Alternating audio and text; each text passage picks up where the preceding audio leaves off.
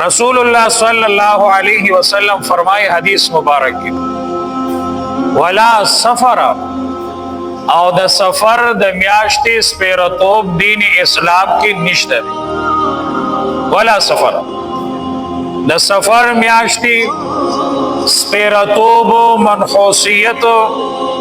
چې د خلقو نظریه ده چې د سفر د میاش درست نه ده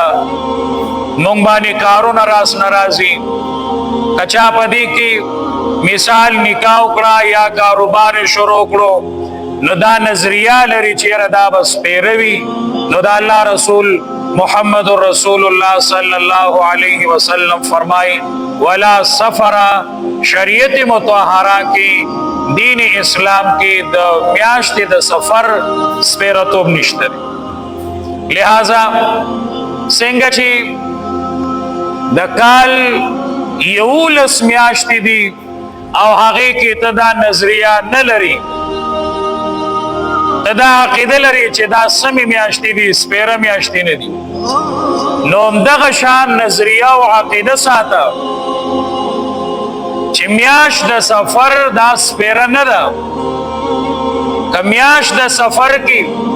چا نکاح وکړه درست ده میاش د سفر کې چا د کاروبار آغاز وکړو نو درست دی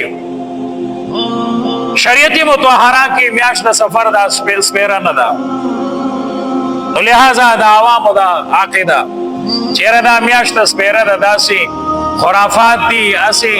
د ګناه سبب دی چې توی دا میاشت د سفر دا منحوسه ده او دا سپیره ده دویم یو جز دی حدیث کې رسول الله صلی الله علیه وسلم فرمایي ولا هاما شریعت مطهره کې هاما نشته دی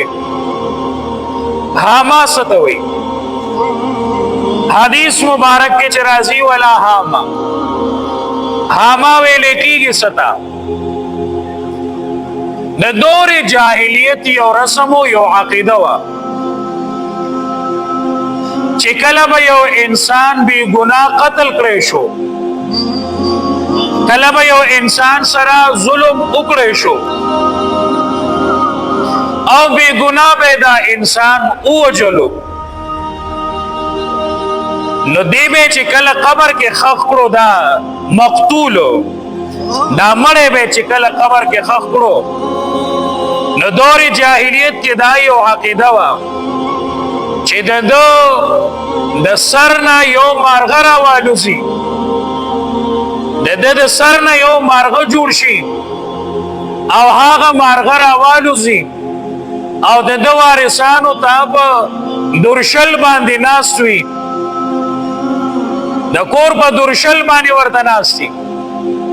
او زه په زه دا आवाज کې دغه مارغه چې اغیسمی ما سره مدد وکړي نو رسول الله صلی الله علیه وسلم فرمایل ولا هاما د دې خبرې څخه حقیقت نشته چې یو انسان په ظلم باندې مړ کړی شو یو انسان سره ظلم وکړی شو یو انسان بی ګناه مړ کړی شو او هغه چې کله خخ کړی شي نو دا هغه د سر نه دی یو مارغه جوړ شي او هغه دی بیا دنیا ته راځي او دنیا کې دی بیا خلقو ته آواز کوي چې اغیثنی ما سره مدد وکړي ولا هاما د دې څخه حقیقت شریعت مطهره کې نشته دی دا مخکې زمانه کې دا رواجو دی خلقو به ویل چې کوم مړی وشي نو د هغه روح راځي مړی وشو نو د هغه روح راځي او دی خلک ګوري چیرې ما سره دا وارثان څه امداد کوي زما په نوم باندې څه خیرات صدقات کوي که نه کوي نو چې کولو یې نو دا روح واپس لاړ شي خوشحاله شي او چې نه کوي نو واپس لاړ شي نو خفه شي نازما معززو کلا چې انسان روح اوتلو نو بیا دا یا غلین کې دی یا سجین کې دی که شریف او مسلمانی نو غلین کې دی او که فاسق او بدکاری نو جهنم سجین کې دی نو په دې وجه رسول الله صلی الله علیه وسلم فرمایل ولا هاما د انسان د سرنا چې کله مړ شي داغه د سرنا حیوان نه جوړیږي،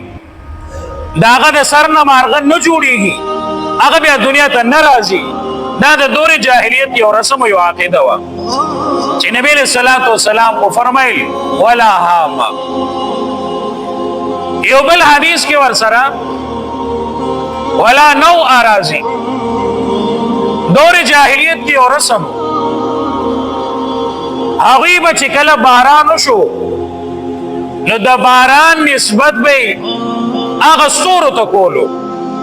چې دا باران مونږ باندې وکړې شو، دا د دې ستورو تاثیر دی او د دې ستورو اثر دی. حالانکه باران کونکے ذات صرف اور صرف یو الله دی. باران د ستورو د وجې نه کیږي چې د بعضو ستورو طلوع وشي او د هغې غروب وشي نو باران دی وشي. رسول الله صلی الله علیه وسلم کو فرمایل ولا نوع، باران د ستورو د وجې نه کیږي، باران چې کیږي د الله په حکم باندې کیږي او کم ځای کې چې وغواړي هغلته باران وکړی شي. باران کولو کې دا الله تصرف دی، الله دا باران کوي، د ستورو تاثیر ورسره نشته. نو دا درې جملې نبی اسلام فرمایي ولا سفر، د سفر سپیرتوب نشته دی کومه چې آینده میاشت را روانه ده. او بیا ولا هاما، هاما نشته دی، یعنی د انسان چې کله مړ شي د هغه د سر نه حیوان نه جوړیږي چې هغه خلقو ته آواز کوي اغیسني. او باران چې کیږي دا خدای الله په قدرت سره کیږي، دا الله په حکم سره کیږي، په دې کې د ستورو سره دخل نشته دی. او دی حدیث کی یو څلورمه جمله هم محمد رسول الله صلی الله علیه وسلم فرمائی ولا طیرتا، او د دنیا په هیڅ یو سیس کې سپیرتوب نشته دی. ولا طیرا، د دنیا په هیڅ یو سیس کې سپیرتوب نشته دی. شریعت مطهره دا فیصله کړې ده چې یو سیس سپیره نه وي، یو سیس کې دا تاثیر نشته چې یاره ته ووایې دا ښه نه دی او دا ښه دی، دا تاثیر په یو سیس کې نشته، تاثیر اچونکی ذات الله دی. ولا طیره، سپیرتوب نشته دی. دا ډېرې زنانه وایي چې چهارشنبې په ورځ باندې جامې مه وینځه، د جمعې په ورځ باندې لوښي مه وینځه، یا مثالو تورې جامې مه اچوه، یا دا کار مه کوه دا راس نه دی دا سپیره دی. بلا نخرې دي په دې زنانو کې، دا څیز مه کوه دا سپیره دی. لکه یو مشرې زنانې راته ویل وي مخکې زمونږ زمانه کې یو رواج و چې د چا به ماشومان نه کېدل یا به وشو او هغه به مړه کېدل، نو دې مشرانو زنانو به ورته ویل چې ملنګ یې کا، ملنګ یې کا. نو د هغه ملنګ طریقه دا وه چې دله به یې پیزار خپله نه اخېستو، دله به یې جامې خپله نه اخېستلي، دله به یې جامې چروړۍ د بل نه به یې غوښتلي، پیزار به یې چروړو د بل نه به یې غوښتلو. وایي ځکه دله چې مونږ خپله ارسو کړو دا سپېره دی بیا مړ کېږي. د الله رسول صلی الله علیه وسلم فرمایي ولا طیره، سپېرتوب په هېڅ یو څیز کې نشته دی.